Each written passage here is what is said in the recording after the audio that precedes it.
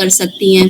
So please welcome ma'am, Aarti ma'am please. जी, good evening principal ma'am, doctor Suman and Smriti ji and all the others जो ये programme सुन रहे हैं। मेरी कोशिश यही रहेगी कि सब तक एक मैसेज पहुंचे अपनी फिजिकल फिटनेस को लेके, अपने वेल बीइंग को लेके, जिसमें मेंटल हेल्थ भी बहुत ही इम्पोर्टेंट रोल प्ले करता है। अब जैसा कि प्रिंसिपल मैम ने बताया और स्मृति जी बता रही है कि ये जनरली देखा गया है कि जितनी भी फीमेल्स हैं घर में, जितनी भी महिलाएं हैं, वो अपनी हेल्थ को दरकिनार रख के बस जुटी रहती हैं कि उनका घर, उनका परिवार, उनके बच्चे और उनके सराउंडिंग में जो भी है उन सब का वो ध्यान रखें, भरपूर ध्यान रखें। और जब बारी अपनी आती है तो सबसे ज्यादा नेग्लिजेंस वो अपना ही करती हैं।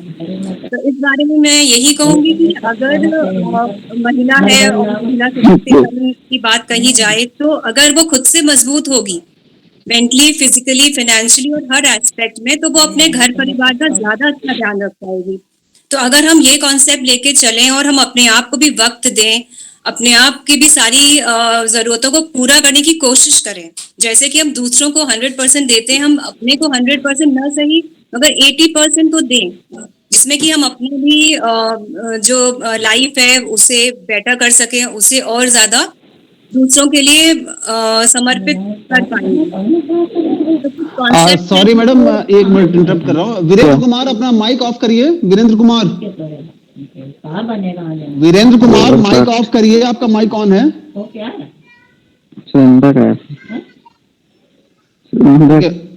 वीरेंद्र,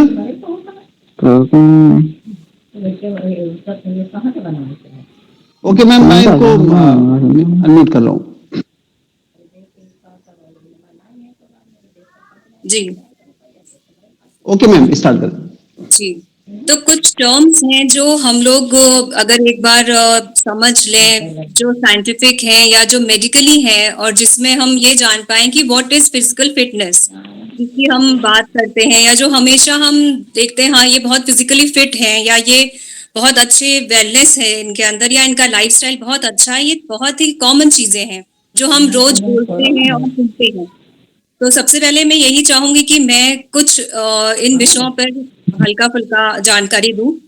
तो सबसे पहले हम शुरू करते हैं फिजिकल फिटनेस पे।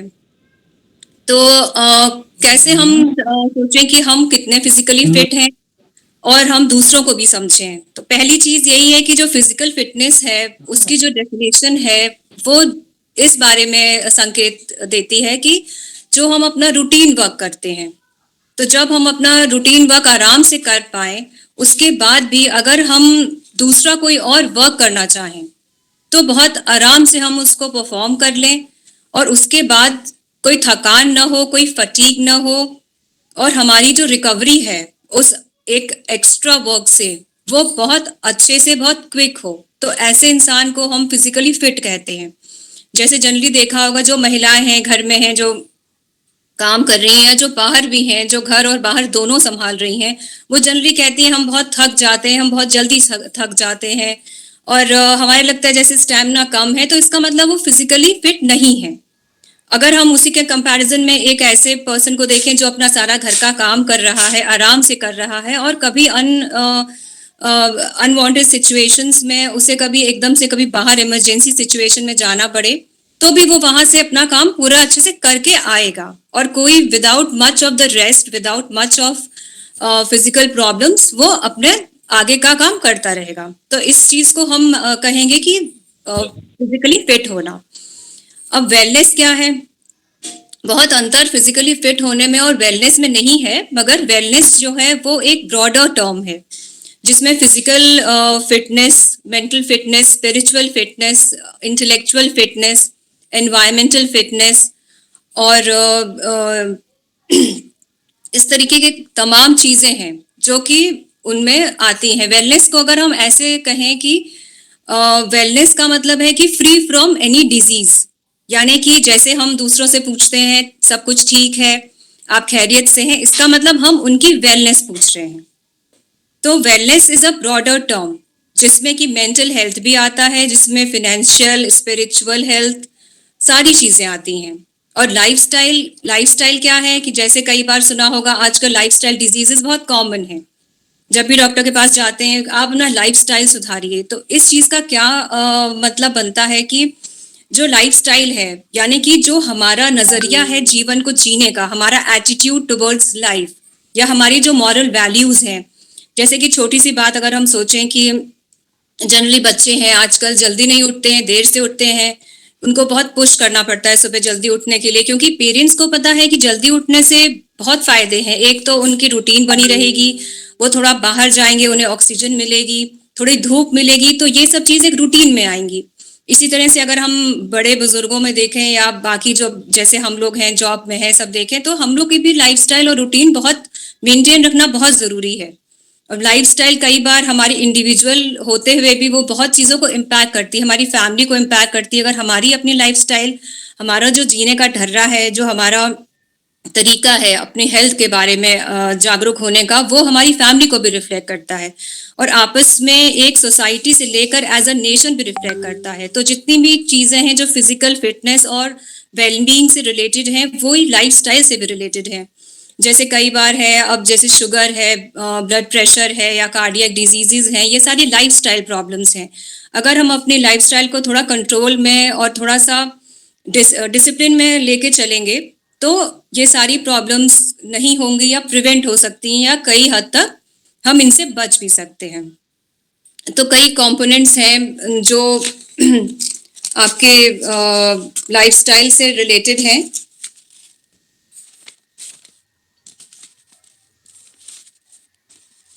जैसे कि फिजिकल वेलनेस के बारे में बताया, तो वो ज़रूरी है कई बार कि हमारी जो बॉडी इमेज है, जो हम पॉजिटिव बॉडी इमेज लेके चलें।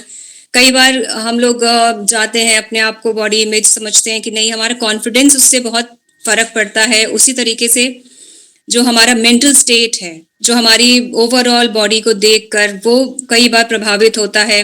फिर हम समझते हैं कि कई बार हमारा बहुत चीज़ों को करने का मन करता है, मगर क्योंकि हम फिजिकली चैलेंज्ड हो चुके होते हैं कई बार, तो हम उस चीज़ को बहुत हैप्पीली नहीं परफॉर्म कर पाते। तो कहीं ना कहीं ये चीज़ें भी मेंटल हेल्थ की तरफ भी हमारी प्रॉब्लम्स को बढ़ाती हैं। अब जैसे कि अगर इसी में देखें सोशल वेलनेस है, तो सोशल वेलनेस यानी कि हम कितना अपने आप को दूसरों से कनेक्ट कर पाते हैं। जैसे एक फीमेल है जो घर में भी देख रही है, सबसे बना के चल रही है कि घर भी उसका अच्छे से मेंटेन रहे, उसी तरह से वो बाहर जब जाती है वो अपने कलीग से लेकर अपने सबॉर्डिनेट्स से लेकर सबके साथ एक अच्छा पॉजिटिव माहौल बना के रखती है। तो ये सारी चीज़ें भी एक तरीके से वेलनेस का ही एक पार्ट है। और स्पिरिचुअल वेलनेस है, जैसे कि एक टाइम हमारे देखा गया है लड़कियों में, लेडीज में, उनके हार्मोन्स की वजह से बहुत बार मूड स्विंग्स रहते हैं। वो एक अच्छे मूड में है, कोई छोटी सी बात से उनका मन थोड़ा विचलित हो गया, या और भी चीज़ें हैं जो उनकी मेंटल हेल्थ को प्रभावित करती हैं। कई बार एक तरह से डिप्रेशन है जो आजकल बहुत महिलाओं में बढ़ रहा है, चाहे कम एज की हो चाहे एक पर्टिकुलर एज की हो। पहले जो फैमिलीज थी वो बड़ी फैमिलीज थी और अब न्यूक्लियर फैमिलीज हो गई हैं, तो लोग अपनी बातों को शेयर कर नहीं पाते हैं, ज़्यादा अपनी चीज़ों को दूसरों से बहुत शेयर नहीं कर पाते या अपना एक्सपीरियंस लोगों तक नहीं ले जा पाते हैं। तो अपनी चीज़ों को न शेयर कर पाना या अपनी चीज़ों का हल न ढूंढ पाना, ये भी एक बहुत बड़ी चीज़ है जो कि आपको सोशल वेलबींग अपनी बहुत ही अच्छी स्ट्रांग रखनी चाहिए। हमेशा सोचना चाहिए कि आपके आसपास अच्छे फ्रेंड सर्कल हों या कोई ऐसे लोग हों जो आपको पॉजिटिविटी दें लाइफ में। उसके बाद नेक्स्ट अगर हम इमोशनल वेलनेस की बात करें, तो आप जैसे कि आपका मेंटल हेल्थ जो है वो टोटली इमोशनल वेलनेस के ऊपर डिपेंड करता है।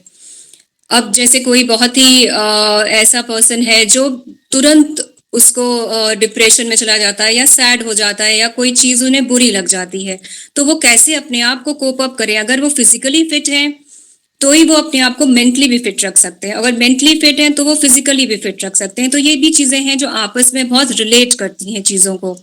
तो जैसे कि आप देखा होगा योगा है, मेडिटेशन है, ये सारी चीज़ें आजकल धीरे धीरे बहुत प्रचलन में आ रही हैं, जिससे हम लोग काफ़ी हद तक अपना स्पिरिचुअल और इमोशनल वेलबींग भी बहुत अच्छे से मेंटेन रख सकते हैं।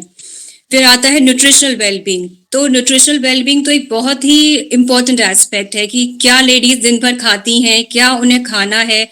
और ये सब चीजें डिपेंड करती हैं हमारे खुद के हैबिट्स के ऊपर, हमारे खुद के अपने ऊपर कंट्रोल पर। जैसे बहुत सारी चीजें हमें मालूम होते हुए भी ये होता है, अरे ठीक है अभी सबके लिए यही बना है तो हम भी यही खा लेते हैं। तो जैसे कई बार शुगर के पेशेंट्स हैं या बीपी के पेशेंट्स हैं, तो वो ये नहीं समझ पाते कि जो लोग दूसरा खाना खा रहे हैं उसमें उनके हिसाब से न्यूट्रिशन वैल्यू नहीं है, या उन्हें किसी पर्टिकुलर तरीके से अपने लिए कुछ अलग से भी करना चाहिए। तो ये भी एक तरीके का नेग्लिजेंस है, जो भी कहीं ना कहीं फीमेल्स में उनकी फिजिकल हेल्थ पे प्रॉब्लम आती है आगे चल के।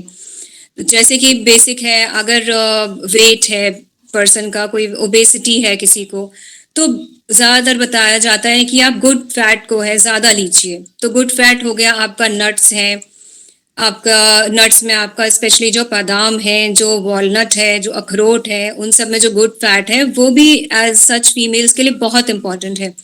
इवन उनकी जो ओवरऑल वेलबींग के लिए, चाहे उनकी स्किन रिलेटेड प्रॉब्लम्स हो, चाहे हेयर रिलेटेड प्रॉब्लम्स हो, चाहे जॉइंट रिलेटेड प्रॉब्लम्स हो, ये सारी चीजें बहुत कॉमन होती हैं लेडीज में। तो अगर एक पर्टिकुलर एज से हम ये सब अपने बच्चों को आदत डाल दें कि उन्हें इतना मिल्क पीना ही है या इतना अमाउंट ऑफ गुड फैट जाना ही है। फैट हमेशा बुरा नहीं होता, जो फैट बुरा होता है वो जनरली जंक फूड्स होते हैं, जिन जिन चीज़ों को आजकल की जो जनरेशन है उसे अवॉइड करना चाहिए।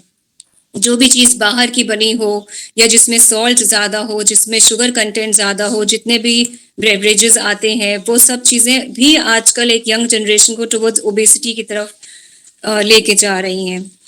इसी तरीके से प्रोटीन इंटेक कितना होना चाहिए, कार्बोहाइड्रेट कितना होना चाहिए, ये सारी चीज़ें भी बहुत ही इम्पोर्टेंट हैं।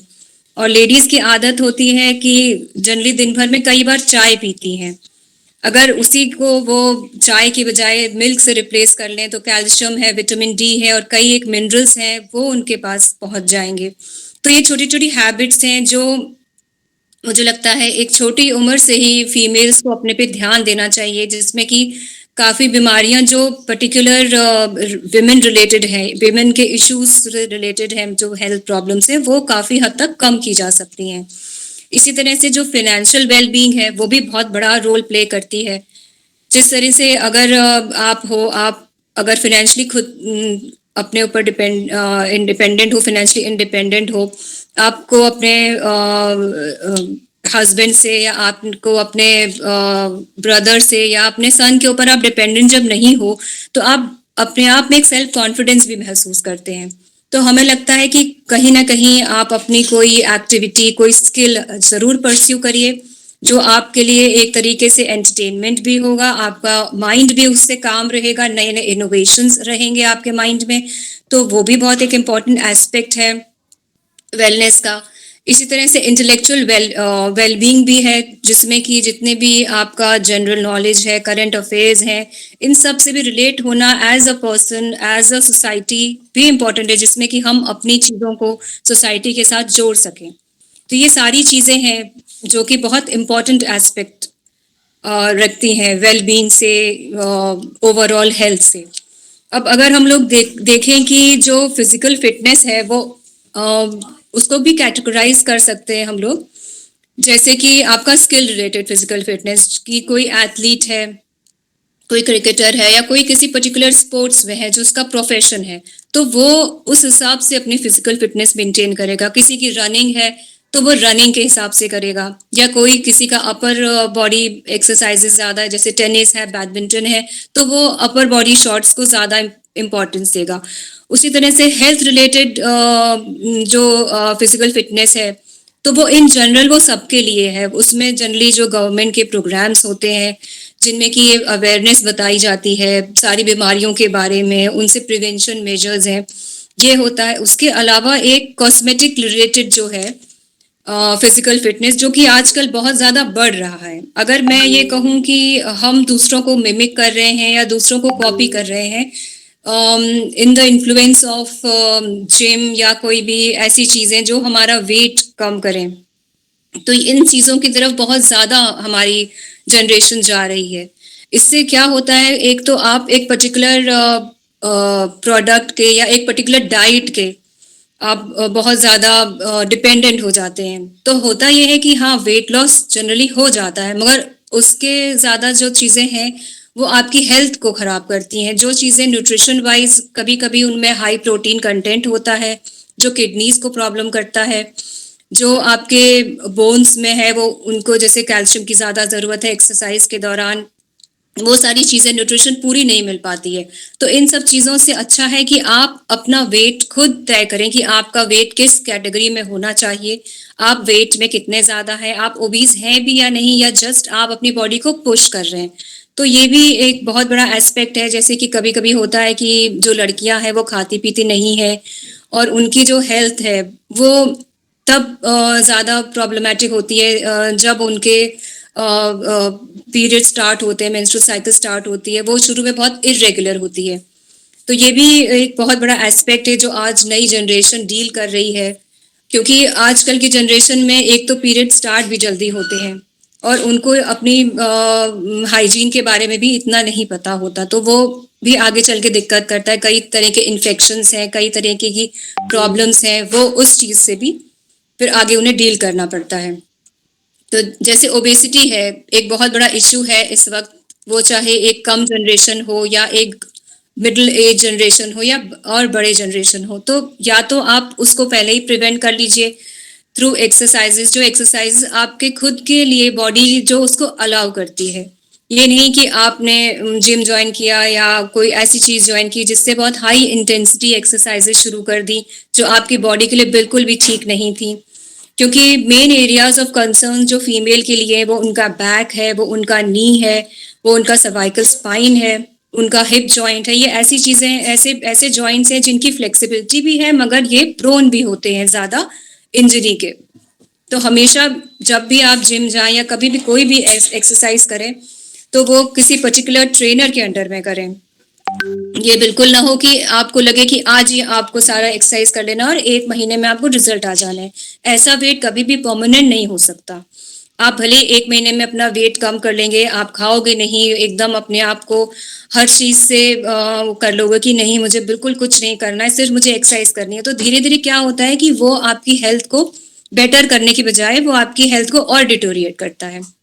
तो इन चीज़ों से बिल्कुल बचना चाहिए। और नेक्स्ट और जो चीज़ें हैं जो फीमेल्स में कॉमन है वो उनके ओवरऑल वेट की वजह से डायबिटीज़ भी बहुत प्रेवलेंट होती जा रही है, जो कि एक लाइफस्टाइल डिजीज़ तो है ही। अब हम इसको अगर डिटेल में देखें तो ये लाइफस्टाइल प्रॉब्लम जो है वो पहले तो वेट से रिलेटेड है, कुछ जेनेटिक से भी रिलेटेड है। अगर हम इसको प्रिवेंट करना चाहते हैं या अगर जिनको ऑलरेडी शुगर है उनको हम अगर कहें कि आप अपना शुगर कंट्रोल करिए या अपना वेट कम करिए, तो उनके लिए इजी नहीं होगा, क्योंकि सबसे पहली चीज जो उनको करनी चाहिए वो अपना लाइफस्टाइल चेंज करना है। तो पहले है उनका वेट लॉस। वेट लॉस में उनको जैसे हम बताते हैं कि हर 2 घंटे में थोड़ा बहुत खाना है, शुगर वाली चीजें या हाई कंटेंट जिनमें शुगर का होता है वो नहीं लेना है। आजकल तो बहुत यंग बच्चों में भी शुगर देखा जा रहा है, चाहे वो 12-15 साल से ऊपर हो, तो काफ़ी नए केसेस भी आते हैं। इसी तरीके से अगर वो सुबह जल्दी उठें और अपना खाना पीने का जो समय है, जो कि महिलाओं के लिए अक्सर बहुत ही मुश्किल होता है, वो सोचती है पहले घर में ये खा लें, फिर वो खा लें, फिर हम बाद में खाएंगे। तो जो एक गैप होता है, जो मॉर्निंग में कुछ ना कुछ with in half an hour उनको खा लेना चाहिए, भले ही वो एक मुट्ठी कोई नट्स भीगे हुए क्यों ना हो या आधी सेब क्यों ना हो, ये जाना बहुत ज़रूरी है। जितनी देर वो भूखे रहेंगी उतनी देर आपके बॉडी में इंसुलिन तो रिलीज हो ही रहा है, धीरे धीरे बॉडी में इंसुलिन रेजिस्टेंस आने लगता है और वहीं से 3-4 साल बाद शुगर की शुरुआत हो जाती है। तो कई बार ऐसा देखा गया अचानक से हुआ कि अब शुगर हो गया है, तो वो अचानक से नहीं होता, वो एक्चुअली जो हमारी लाइफस्टाइल बिगड़ी होती है कई सालों से, तो धीरे धीरे वो 4-5 सालों बाद एकदम जब बॉडी से रेजिस्टेंस हो जाता है इंसुलिन का, तब वो दिखाई देती है। तो उस चीज़ को प्रिवेंट करने के लिए बहुत ज़रूरी है पूरी तरह से आप अपने खाने पीने का ध्यान रखें, जो कैलोरीज हैं उनको ट्रैक करिए। कोई ज़रूरी नहीं है कि हम बहुत फैशनेबल खाना खाएं या जो आजकल फैट्स जो चले हुए हैं, जो फैशन फूड्स हैं कि इस तरीके का ये आप खा लीजिए, इसमें ये है, या बहुत सारी चीज़ें जो बाहर की कंट्रीज में ज्यादा प्रेवलेंट है, तो वो हम इंडियंस भी बहुत आसानी से उसे अपना लेते हैं, क्योंकि दूसरा ले रहा है तो वो हम भी लेंगे। तो इससे क्या होता है कि हमारी बॉडी उस चीज को कितना डाइजेस्ट कर पाए, ये हम नहीं बता पाएंगे। अगर आपने देखा होगा तो क्वेना करके जो नया एक सीड आया है, तो लोग उसके पीछे बहुत वो है कि इसको आप सीड्स में को सीजनिंग में डाल दीजिए, सैलेड्स में डाल दीजिए। तो जरूरी नहीं है कि जो हमारा जेनेटिक मेकओवर है और जो बाहर की कंट्रीज में जो लोग ऑलरेडी उस चीज को ले रहे हैं उनका जेनेटिक मेकओवर सेम हो। और जरूरी नहीं है कि जितना न्यूट्रिशन उस चीज से उनको मिल रहा है उतना ही हमें भी मिले। तो इंस्टेड अगर हम अपने ही सीजनल फ्रूट्स हैं या जो हमारे इंडिया के जो फूड्स हैं, हम जितनी ताकत और जितना बेटरमेंट हमें उससे मिलेगा, ये सारी चीज़ों से हमें उतना नहीं मिलेगा। इसी तरीके से जो बहुत इम्पोर्टेंट चीज़ है वो है स्लीप। बहुत सारी बार होता है कि जो महिलाएं हैं वो स्लीप डिप्राइव्ड होती हैं, देर से सो पाना और सुबह जल्दी उठने की हड़बड़ी, फिर उठते ही एकदम काम में जुट पाना, दोपहर में भी कभी सोना कभी नहीं सोना। तो sleep is also very important for our body. क्योंकि जो जब हम सोते हैं और जब हमारी जो क्वालिटी ऑफ स्लीप है वो अच्छी होती है, जब हमारे आवर्स ऑफ स्लीप कम से कम 8 आवर्स हों दिन भर के, तो हमारी बॉडी में एक तो हीलिंग होती है। दिन भर की जो थकान है, जो दिन भर का हमारा सब पूरी जो अंदर हमारी फटीग है या जो टायर्डनेस है, वो सारी चीज जाती है। तभी हम सुबह अगले दिन उठ के अपने आप पूरा योगदान दे पाएंगे, नेक्स्ट डे को हम भरपूर तरीके से जी पाएंगे। तो sleep is also very important. ये बहुत बहुत बार देखा गया है कि लोग काफी निग्लेक्ट करते हैं। लड़कियां हैं वो अपना टीवी देख रही हैं, मोबाइल देख रही हैं, तो जितना स्क्रीन टाइम बढ़ता है उतने ही रेज हमारे आंखों में जा रही हैं, आई साइट वीक हो रही है। स्लीप डिप्राइवेशन से हमारी जो मेंटल एबिलिटीज हैं या जो मेमोरी है या जो हमारा जो थॉट प्रोसेस है वो भी कहीं ना कहीं हिंडर होता है। उतना ज्यादा शार्प माइंड नहीं रह पाता जब हम सुबह थके हुए उठते हैं। तो ये चीज है। उसके अलावा जो एक और प्रॉब्लम है जो काफी प्रिवेल कर रही है वो है हाई बीपी।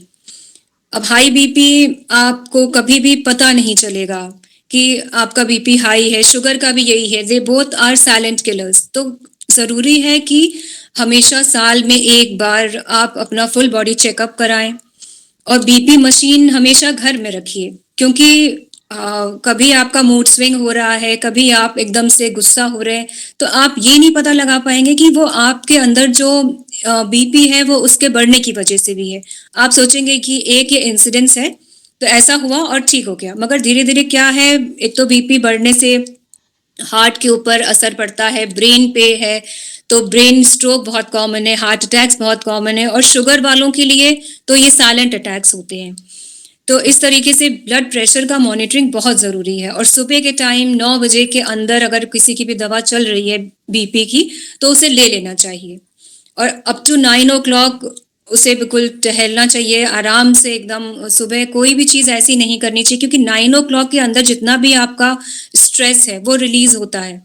अगर उस टाइम किसी भी तरह का अगर स्ट्रेस ले लिया तो बीपी बढ़ना निश्चित है। इसलिए सुबह आराम से उठें, अगर कहीं सैर करने का मन है तो आराम से सैर करिए, अपनी दवा खाइए, फिर आप अपना नॉर्मल रूटीन शुरू करिए। क्योंकि एक बार टाइम आपने डिवोट किया घर में तो दोबारा नहीं हो पाएगा आपको। इसी तरह से नी प्रॉब्लम्स, घर में किसी न किसी लेडी को नी प्रॉब्लम, बैक एक, ये भी चीज़ें बहुत प्रिवलेंट है। तो इसमें एक तो वेट का तो बहुत बड़ा है ही फैक्टर। इसके अलावा एज वी एज जो हमारी बोन्स है, बोन डेंसिटी है, वो धीरे धीरे कम होती है, जिसको आमतौर पे ऑस्टियोपोरोसिस कहा जाता है।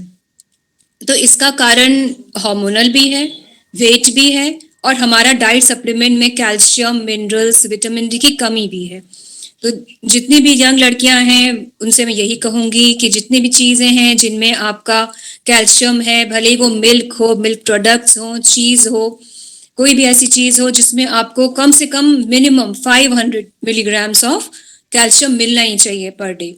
और जितनी भी एक एज के बाद लेडीज है उनको 1000 मिलीग्राम्स ऑफ कैल्शियम ज़रूरी है। इसी तरीके से 600 international units of vitamin D once in a week, जिसमें कि विटामिन डी का क्या रोल है। विटामिन डी जो है वो हमारी बोन्स को स्ट्रेंथ देता है। ऐसे तो हम सोचते हैं कि विटामिन डी हमें सन एक्सपोजर से भी मिलता है, मगर वो उतना ही देर के लिए होता है जितनी देर हम धूप में खड़े होते हैं, और वो बहुत ही मिनिमम अमाउंट होता है जो हमारी बॉडी के अंदर एब्जॉर्ब होता है।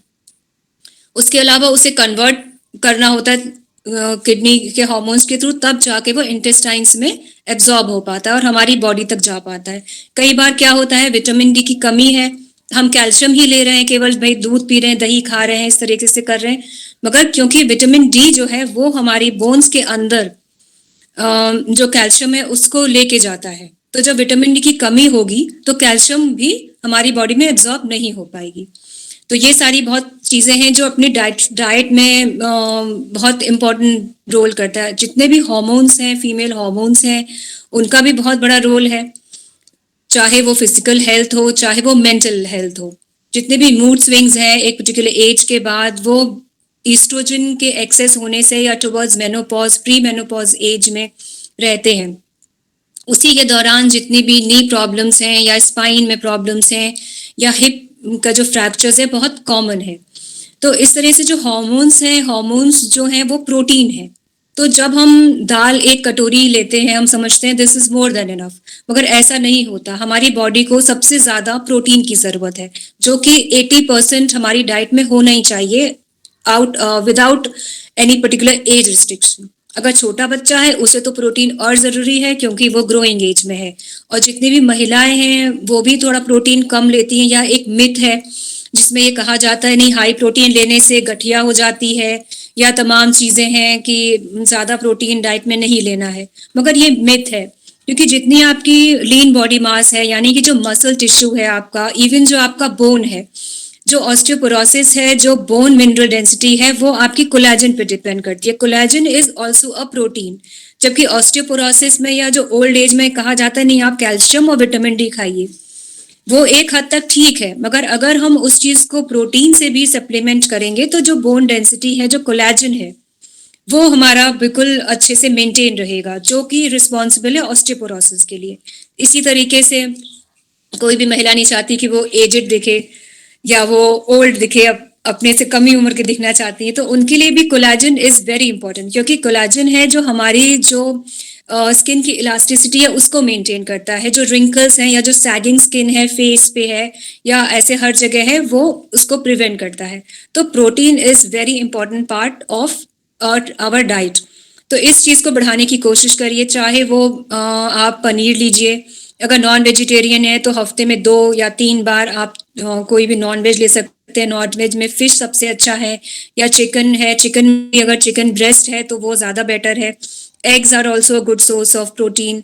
अगर वेजिटेरियंस हैं तो वेजिटेरियन में मैक्सिमम प्रोटीन आपका सोया मिल्क है, सोया चंक्स हैं, या फिर आपका राजमा है, छोला है, इन सब चीज़ों में है।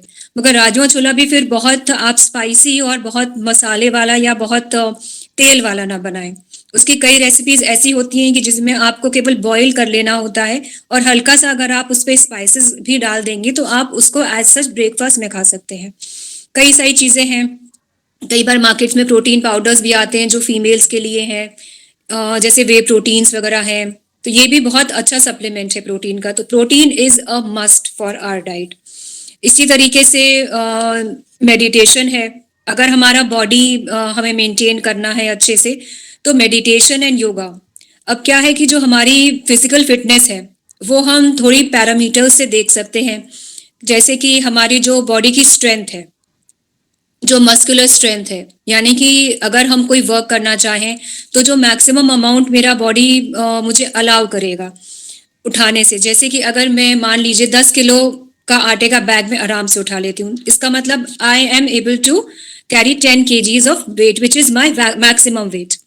तो उस मैक्सिमम वेट को उठाने के लिए मेरी मसल्स ने पावर दिया, तो that is what strength is. तो स्ट्रेंथ मेंटेन करने के लिए जैसे हम क्या करते हैं कि जिम में गए, थोड़ा बहुत स्ट्रेंथ ट्रेनिंग किया, जो कि हमारी मैक्सिमम वेट्स के अंदर है, और उसमें हमने नंबर ऑफ रेपिटेशंस बढ़ाए, क्योंकि एक स्ट्रेंथ होती है और एक एंड्योरेंस होता है। तो एंड्योरेंस जो है वो हमारा है कि कितना हमने उसी वेट को या उससे कम वेट को मैक्सिमम नंबर ऑफ टाइम्स हमने उठाया। तो वो हमारा एक स्टैमिना जिसको कहते हैं हम, जो बॉडी का स्टैमिना है या जो हमारे मसल का स्टैमिना है वो, और एक हमारे हार्ट एंड लंग्स का स्टैमिना है, एक कार्डियोवैस्कुलर स्टैमिना है। जैसे कि कुछ लेडीज हैं जो अगर घर से बाहर निकलेंगी वो तुरंत थोड़ा चलेंगी तो वो थक जाएंगी, इसका मतलब वो उनके कार्डियोवैस्कुलर स्टैमिना या उनका जो एंड्योरेंस है बॉडी का वो बिल्कुल नहीं है। उनके हार्ट के लिए आगे के लिए वो चीज़ प्रॉब्लमेटिक करेगा। इसी तरह से अगर हम 10 बार या जैसे हम 10 स्टेयर्स चले और उसके बाद हमारे पैर अब काम नहीं कर रहे या हमारे पैरों में एकदम फटीग आ गई या हमें इतना दर्द हुआ कि हम अगले दिन नहीं चल पाए, इसका मतलब आपकी मसल्स में भी एंड्योरेंस नहीं है। तो ये चीज़ें हैं जो मसल कंपोनेंट है, जो एंड्योरेंस है, ये सारी चीज़ें बताती हैं कि हम कितने फिट हैं। ये छोटी छोटी चीज़ें हैं जो आप खुद कभी अपने पे करिए कि कभी आप स्टेयर्स लेके लिफ्ट ना लेके आप स्टेयर्स से चले गए, तो आपको पता चला अच्छा आप चल पा रहे हैं बिना हाफे। तो ये सारे बहुत सटल चीज़ें हैं जो आप खुद अपनी फिजिकल हेल्थ को ट्रैक कर सकते हैं। इसी तरीके से जैसे फ्लेक्सिबिलिटी, तो फ्लेक्सिबिलिटी का मतलब है कि जो सपलनेस है हमारी बॉडी की, कई बार देखा होगा जो छोटे न्यूबॉर्न बेबीज हैं वो अपना पैर का अंगूठा भी मुंह में ले जाते हैं, तो दे आर सो फ्लेक्सिबल। मगर धीरे धीरे as we age we hardly do any exercises जिसमें कि हमारे जॉइंट्स का फुल मूवमेंट हो पाए। तो इस वजह से क्या होता है, कई बार हमें नी हमारी पूरी नहीं मुड़ती है या हम जमीन में नहीं बैठ सकते सर्टेन एज के बाद। वैसे भी आजकल जो सिनेरियो है उसमें जब किचन में खड़े होके खाना बनाना ज्यादा है और टेबल चेयर पे खाना खाना ज्यादा प्रेवलेंट है, तो इसमें क्या होता है कि हम अपने नी जॉइंट को कभी भी फुल रेंज में नहीं मोड़ते हैं। स्टेयर्स भी ले लिया, उसमें भी नी जॉइंट की रेंज पूरी नहीं आई। ज्यादातर वेस्टर्न टॉयलेट्स यूज हो रहे हैं, तो इसमें क्या है, धीरे धीरे जब हमारी फ्लेक्सिबिलिटी नी में नहीं है और आप किसी भी स्पोर्ट्स को करने जा रहे हो या आप कोई भी जिम एक्सरसाइज कर रहे हो, तो इंजरी के चांसेस वैसे भी ज्यादा होंगे।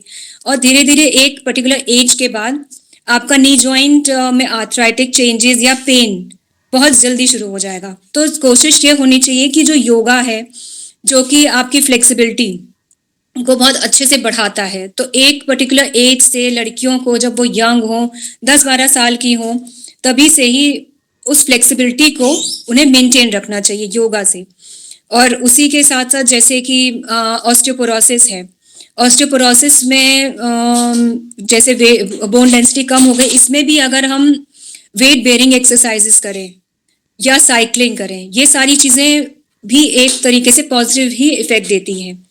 तो धीरे धीरे हम खुद ओवर द टाइम जान पाएंगे कि हमारा फिजिकल फिटनेस बॉडी की कितनी है। तो इस चीज़ को जज करते हुए हमें अपनी बॉडी के हिसाब से कोई भी एक्सरसाइज करनी चाहिए। ये ज़रूरी नहीं है कि अगर मेरा वेट ये है और दूसरे का वेट ये है तो मुझे अपने आप को चैलेंज करना है कि नहीं मुझे भी उतना ही वेट करना है। नहीं, this is very wrong. Actual में कोई वेट के लिए अगर हम कंसिडर करें पैरामीटर, तो बहुत कॉमन पैरामीटर हैं body mass index and waist hip ratio. तो इसको भी आप घर में अगर वेइंग मशीन है तो उससे आप देख सकते हैं। जैसे यंग गर्ल्स हैं वो भी अपना वेट देखती हैं तो एकदम से अरे मेरा वेट इतना हो गया, तो वो ये नहीं सोचती कि उनकी हाइट कितनी है। तो हमेशा ये चीज़ होनी चाहिए कि आपकी हाइट और आपका जो बॉडी का जो स्ट्रक्चर है उसके अकॉर्डिंग ये दोनों चीज़ें बनी हुई हैं जो बॉडी कॉम्पोजिशन के अंडर आती हैं। These are very easy to measure at home. तो इसमें बॉडी मास इंडेक्स में क्या करना है, वेट हमें लेना है, वेइंग मशीन होगी तो बहुत अच्छा है। वेइंग मशीन से आपका जो भी वेट केजीज में आया वो आपने लिखा, और आपकी हाइट आपने चाहे इंच टेप से ले ली और उसको कन्वर्ट सेंटीमीटर्स में कर लिया। तो weight divided by height square, यानी जितनी भी हाइट है, जैसे अगर 162 है किसी की 150 है, तो वेट किसी का अगर 58 है तो 58 डिवाइडेड बाय 150 इंटू 150। अब इसका भी एक चार्ट होता है, एक पूरी रेंज है। जैसे कि अगर हम BMI नॉर्मल मानेंगे तो 24.5 से 29.9 इज नॉर्मल, और 29 के बाद 30 से लेकर 35.5 ग्रेड 1 ओबेसिटी, इसी तरह से ग्रेड 3 ओबेसिटी तक का इसमें आप खुद से देख सकते हैं। एंड बिलो 18 जिनका भी बिलो 20 है BMI, वो सब अंडर रेंज में है। जैसे कुछ लड़कियों की आदत होती है वो बिल्कुल कुछ नहीं खाती हैं, अगर घर में भी लोग कहें बेटा ये खा लो, बेटा वो खा लो, इसमें न्यूट्रिशन है, नहीं हम नहीं खाएंगे, मोटे हो जाएंगे, वो ये नहीं देखते कि उनका बॉडी कॉम्पोजिशन खराब हो जाता है। So certainly it is not about being overweight, underweight, it is about having ideal body weight या हैविंग आइडियल BMI। इसी तरह से वेस्ट हिप रेशियो है, ये जेंडर वाइज चीज़ों को डिस्ट्रीब्यूट करता है। जैसे कि वेस्ट का आपने सरकमफ्रेंस लिया, जो आपका सबसे नेवल का जो एरिया है या जो सबसे ब्रॉड आपका वेस्ट का एरिया है वो लिया और आपने इंच टेप से उसको लिख लिया। अब चाहे वो सेंटीमीटर्स में लिखे चाहे इंच में लिखे, क्योंकि ये डिवीजन होना है तो इससे मैटर नहीं करता। इसी तरह से जो हिप का जो मैक्सिमम गर्थ है आपका वो आपने लिख लिया, दोनों को डिवाइड किया. For females if the value is more than 0.8 that means they are at risk for developing certain diseases, जो मैं अभी डिस्कस करूंगी. ऐसे ही जो रेशियो है जो more than 1 हुआ मेल्स के लिए, तो वो एक तरीके से जो आगे डिजीज है जैसे प्रोस्टेट कैंसर्स हैं और किडनी की प्रॉब्लम्स हैं, या दोनों का जेंडर मिला के देखें तो they are more prevalent for having sugar, for having blood pressures, for having certain cancers, you know, जितने भी यूट्राइन प्रॉब्लम्स हैं या यूट्राइन कैंसर्स हैं. तो ये जो सेंट्रल ओबेसिटी है ये बहुत ही इम्पोर्टेंट रोल प्ले करती है. तो इसके लिए एक तो मेजरमेंट किया आपने ही देखा. उसके अलावा प्रोटीन इंटेक जब आप बढ़ाओगे तो उससे जो आपका मेटाबॉलिज्म है बॉडी का वो तेज होगा. जितना फैट है वो कन्वर्ट होगा धीरे धीरे आपका मसल में, स्पेशली जब आप स्विमिंग या साइकिलिंग या कोई भी एक्टिविटी जो आपके बॉडी को सूट करती है वो उस तरह से आप करेंगे, क्योंकि ये चीजें एक टाइम के बाद और प्रेवलेंट हो जाएंगी फीमेल्स में because of their genetic constitution. जैसे प्री मेनोपॉज या मेनोपॉज में वो करेंगी प्रवेश, तो उस टाइम पे उनका जो थाइज है, जो उनका हिप है, उसका मास और भी बढ़ जाएगा, वहाँ फैट डिपोजिशन और भी बढ़ जाएगा. तो ये जो फीमेल्स में जो जितना भी फैट होता है that is more around the hip joint and that is commonly called as pear shape obesity. इसी तरह से जितने भी मेल्स हैं पर्टिकुलर एज के बाद जो अपनी लाइफस्टाइल की वजह से या ओवरवेट की वजह से जो प्रॉब्लम्स में आते हैं, तो उनका जो एक पियर शेप बॉडी होता है, जो सेंट्रल फैट जहाँ पे डिपॉजिट होता है वो ज़्यादातर उनके पेट के अराउंड होता है. उनका जो फैट है वो स्टमक एरिया में ज़्यादा होता है. तो ये भी चीज़ है जो कि इंडिकेट करती हैं आगे जो प्रॉब्लम्स होने वाली हैं उस चीज़ को. तो ये सारी चीज़ें हैं. और इसी तरीके से वाटर इनटेक भी बहुत ज़रूरी है. अब हम लोग हैं, कभी ठंड है तो हमने पानी कम पिया या भूल गए, ऐसा नहीं होना चाहिए. अगर आप नहीं याद रख पाते, अगर आप पानी अच्छे से पीते हैं तो that is well and good, क्योंकि पानी हमारी बॉडी को एनर्जी भी देता है. जितने भी हमारे फूड प्रोसेसेस हैं वो सारे सेल्स तक तभी जाते हैं जब हमारा वाटर इनटेक अच्छा हो. जो हमारा बॉडी का मेटाबॉलिज्म है वो भी तेज होता है. इवन मैंने तो यहाँ तक पढ़ा है जो हमारा जो जॉइंट है, जॉइंट की जो मोबिलिटी है, जो उसकी ग्रीस है, वो भी तब तक अच्छा काम करती है जब आपके बॉडी में वाटर कंटेंट हो. तो हाइड्रेशन इज वेरी इंपॉर्टेंट. और दूसरी चीज क्या है कि जैसे कितना पानी पीना है, तो इसके ऊपर भी रिसर्च की गई है. तो 3 to 4 litres of water is more than enough. क्योंकि उसके अलावा आप चाय, कॉफी, कोई लिक्विड या कभी कोई सूप या कभी दाल है, इन सब चीज़ों में भी अच्छे से पानी होता है. तो 3 to 4 litres of water intake is a must, is a good factor.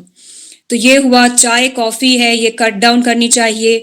और अर्ली एज में जो बैड हैबिट्स हैं जैसे कि अल्कोहल है या टोबैको है, ये सब भी अवॉइड करना चाहिए. आजकल जो यंग जनरेशन्स हैं, बीइंग इट फीमेल और अ मेल, सब लोग बहुत ज़्यादा अल्कोहल की तरफ जा रहे हैं. ये होता है कि थोड़ा कंटेंट है ले लेते हैं, मूड चेंजर है, ऐसा नहीं होता, but then you really become addicted to it at a certain age. तो उस टाइम आपके हेल्थ बेनिफिट्स जो हैं वो जो आपको इतना कुछ करने से मिल रहे हैं वो आपने एक ही दिन में अपना पूरा रूटीन बिगाड़ लिया. तो कुछ चीज़ें ऐसी हैं जो आपको लाइफ में डिसिप्लिन लेना ही लेना पड़ेगा, स्पेशली टुवर्ड्स योर हेल्थ.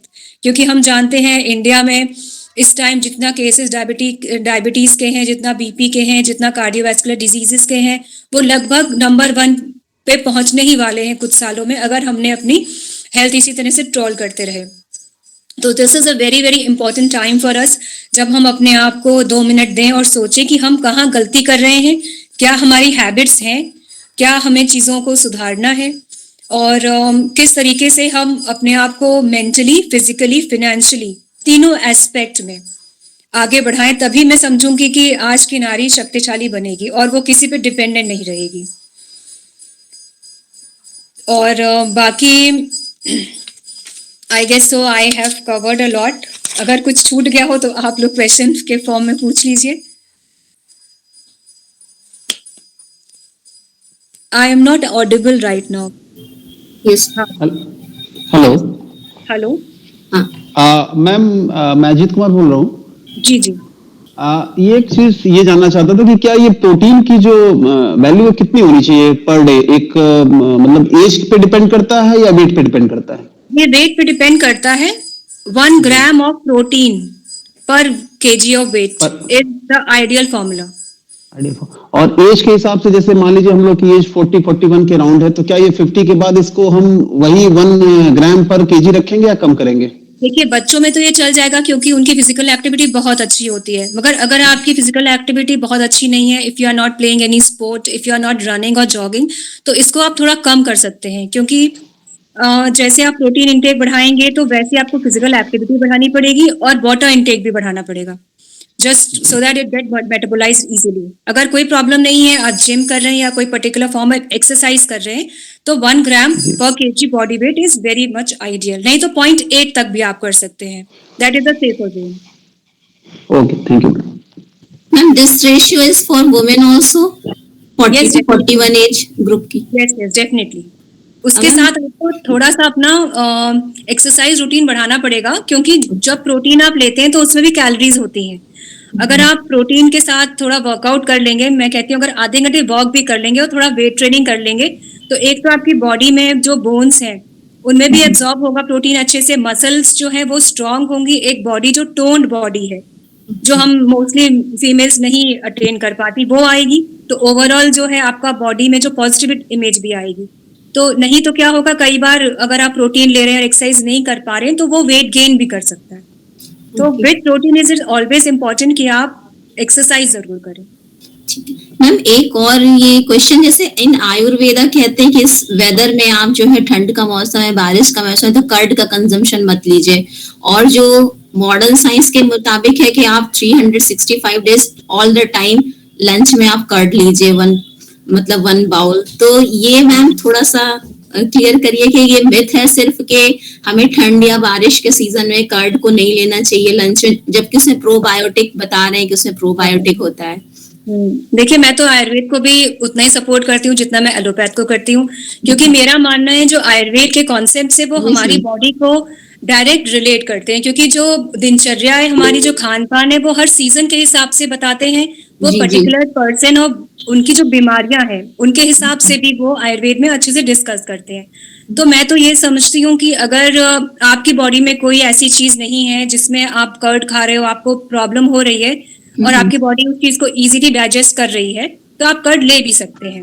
अगर बीमारी है, जैसे कि कभी बोला जाता है आर्थराइटिस है जिन लोगों को, उनको कर्ड का सेवन नहीं, तो अगर आपको लगता है, क्योंकि कोई भी आप खाना लेते हो तो उसका एक बॉडी में रिएक्शन भी होता है और एक उसका बेनिफिट भी होता है, तो ये आप धीरे धीरे अपने बॉडी के हिसाब से मॉनिटर कर सकते हैं कि क्या चीज आपको सूट कर रही है और क्या चीज नहीं कर रही है। Okay, thank you ma'am.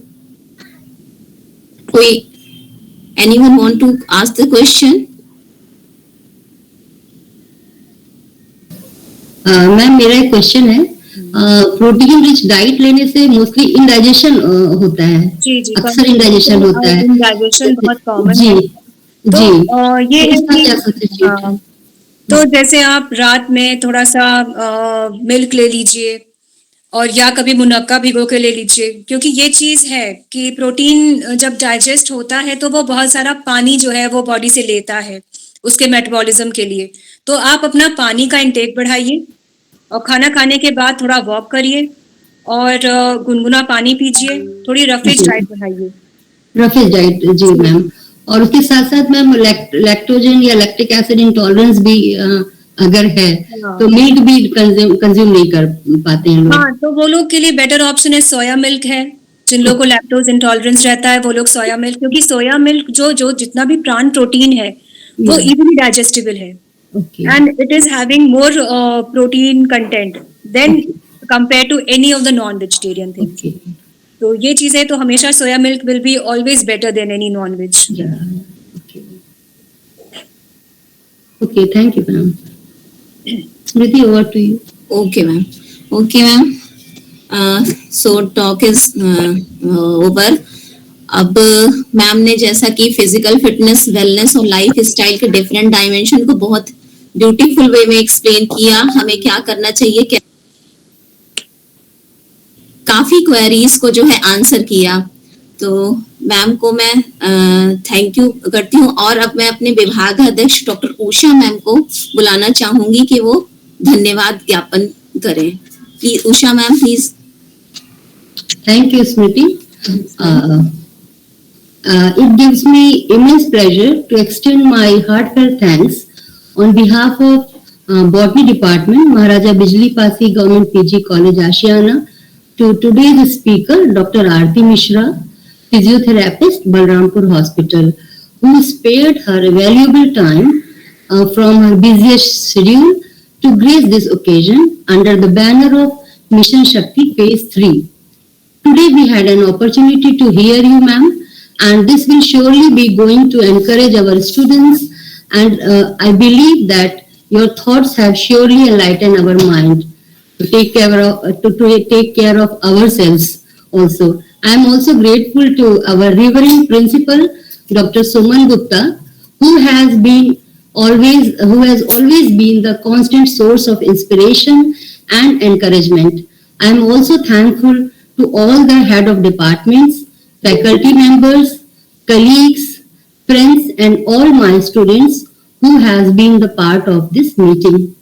At last but not least, I would like to thank all the people who directly or indirectly helped us to make the meeting successful. Thank you so much. Thank you, everyone. Thank you very much. Okay, ma'am. Thank you so much ma'am. Thank you so Thank much. you, ma'am. Ma'am meeting को फिर thank you ma'am. Yes, ma'am. बहुत अच्छा, madam का तो talk इतना अच्छा था कि हम एक बार भी यहाँ से नहीं हटे, और इतना कठिन चीज को इतना सरल शब्दों में बताया कि हमारे बच्चे इससे बहुत ही लाभान्वित होंगे. और मुझे विश्वास है, आशा नहीं विश्वास है कि ये बच्चे कुछ खाएंगे और अपनी बॉडी को अच्छा बनाएंगे, अपने माइंड सेट को अच्छा बनाएंगे, और उससे उनका फ्यूचर अच्छा बनेगा. Thank you madam. Yes, ma'am. Thank you so much. Thank you, everyone. Great honoured कि मैं अपना कुछ योगदान दे पाई टुवर्ड्स सोसाइटी और towards mission Shakti programme. I Yeah. Feel really honoured. Thank you. Thank you, ma'am. Thank you, ma'am. Thank you so much. Thank you ma'am. Ma'am meeting end करें. Usha ma'am. Yes, yes. Okay, ma'am. Thank you so much. Thank you, everyone. Thank you ma'am. Thank you everyone.